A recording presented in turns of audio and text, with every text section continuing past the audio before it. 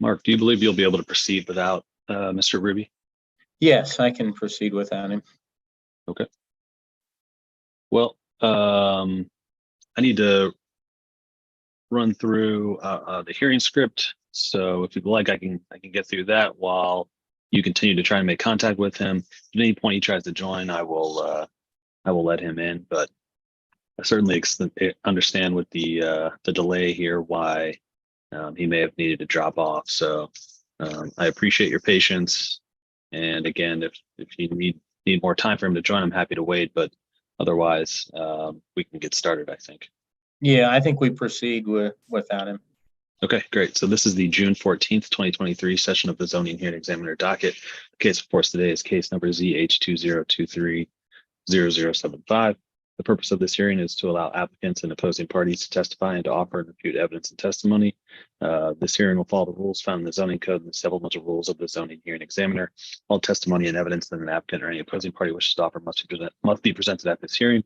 The hearing will proceed as follows. The applicant, the applicant's attorney, or the applicant's agent will first present the applicant's case. If there were anyone here from the public, they'd have an opportunity to speak after the applicant had presented its case. I will give our zoning department an opportunity to weigh in on the application. In the event that any party testifies or offers argument in opposition to this application, Mr. Caldwell, you'll have an opportunity to respond to that argument in opposition. And then you'll be able to make any closing statements. After all presentations have been made, I'll close the hearing. Decisions may be expected within 2 weeks. I may limit or exclude any testimony that I deem irrelevant. In the event of any technical difficulties with the video conferencing technology, I'll do my best to troubleshoot those issues on the fly. If there's some defect that prevents us from meaningfully going forward with the hearing, I may continue or postpone the hearing at my discretion. Okay, just need to swear in all of our witnesses. If you're going to testify, if you'll raise your right hand, I need you to answer out loud. Do you solemnly swear the testimony you shall give will be the truth, the whole truth, and nothing but the truth? I do. Yeah. All right, great. And it looks like Brandon's joining us now. So we'll get him in here quickly. All right. Brandon, if you could unmute for me. Hello, can you hear me? I can, yeah. My name is David Sturkey. I'm the zoning hearing examiner. We're just about to get started with this. Doesn't look like you're moving. I can tell you're in the car, but Yeah, no, I'm parked. If you're going to testify at all, that you be stationary. Sure. Do you plan on testifying, Mr. Ruby? If I need to. Okay. Is Ruby is your last name? Yeah. Okay, got it. All right. If you do, I'll swear you in at that time, but let's go ahead and get started. I think Mark is going to take the lead here. Mark, are you ready? I'm ready. All right. Mark. Floor is yours. All right. We're requesting, is it a variance? I guess it's a variance that we need to have for the sign. It is. It is the Lempica sign. I thought it fell under the zoning ordinance as a wall sign, but I guess due to the nature of its positioning, it's considered a marquee sign. So we're requesting, it's the one sign, illuminated sign that says Lempica, which is the name of the business, as well as a small reader board below the sign and on the other canopy. How large is it? The Lempica sign is 3'6" by 8 foot. It's an oval. Okay. And how's it illuminated? Internally illuminated with LED illumination. The copy is routed push-through copy, so it looks like little dimensional letters, 10-dimensional letters. Okay. Anything else you want to tell me about the project or why you think this relief should be granted? I think it's fitting with the neighborhood.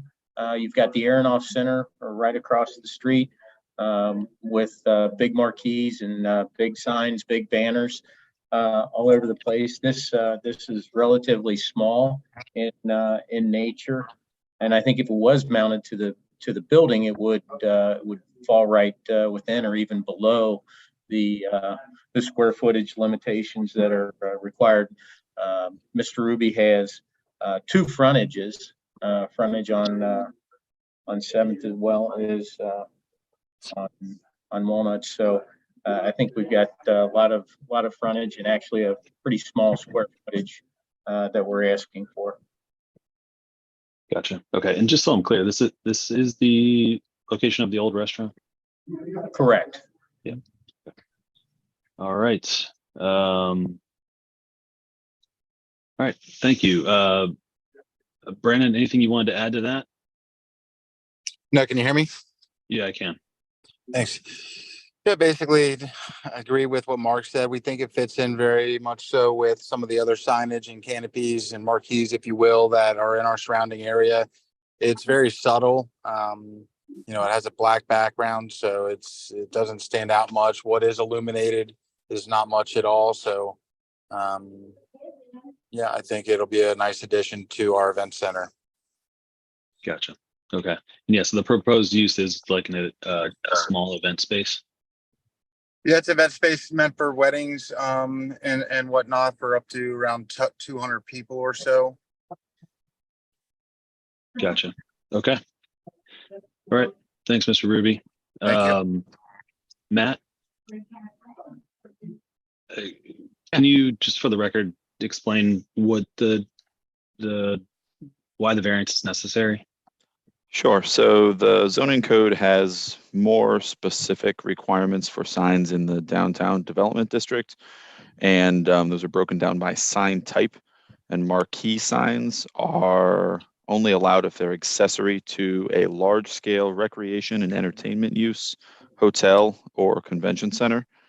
So they are intended to be limited. So there's not as many of them.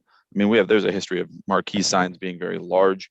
The size and illumination requirements for these are not as strict.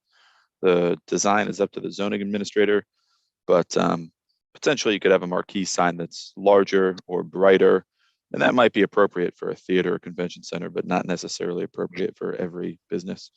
So that's what the requirement is and why it's in place. I believe that the sign proposed, as Brandon has said, is subtle.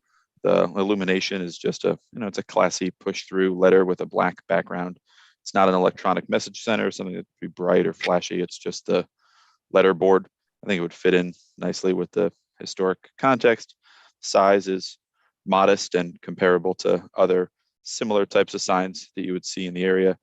I actually walked around that block, and there's several other signs that are very similar. Either they're marquee signs or they're marquee structures, things that look very similar to what's being proposed here. So I think it'll fit in just fine in the area, and recommend approval here if you have any other questions. Okay. Great. I don't think that I do. Anything from Mr. Ruby or Mr. Caudle in response to anything Matt said or in closing or otherwise before we adjourn? Thank you, Matt. No, we appreciate it. Sure. Yeah, I've had a chance to review the application materials and the staff report. I think based on that and based on the testimony I've heard here today, I think it would be impractical to strictly enforce the zoning code to this property. And I agree with the points that each of you have made about the sign.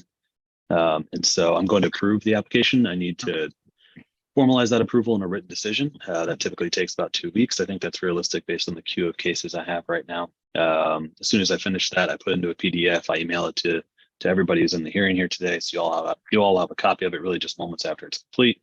As soon as you have a copy of that decision, Matt will be able to approve the permitting and you'll be able to move forward.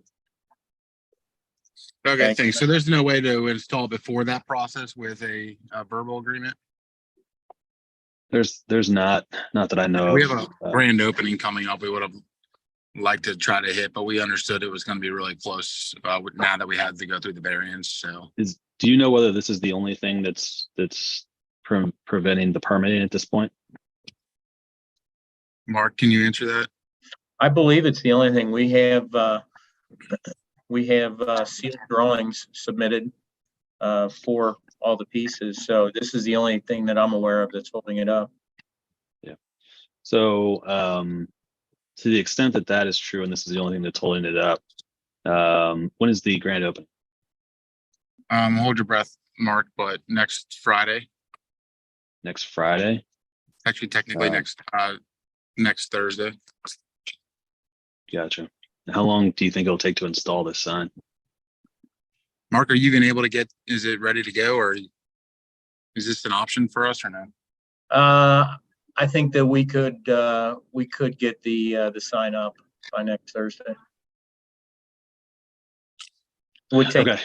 so, He was Yeah. asking how long would it take to put up? hey, we would be able to get it up, within a few hours, I would think. Okay. And you've already acquired the sign, like it's already constructed? Everything's ready to go. We manufacture it here in our plant in Cincinnati. So the aluminum is ready to be cut. The acrylic's ready to be cut. Just waiting for the final nod from the city. So I think you can, to the extent you haven't, I think you can start that process. This will be approved. That approval will not change. I will do everything I can within the next 2 days to get the approvals to you so that you can hopefully get this started over the weekend. Thank you so much. Thanks, guys. Thank you very All right, much. guys. If you have any questions, feel free to reach out to me directly. Good luck with the project. Thank you. Hope you guys have a good day. We are adjourned. Appreciate it.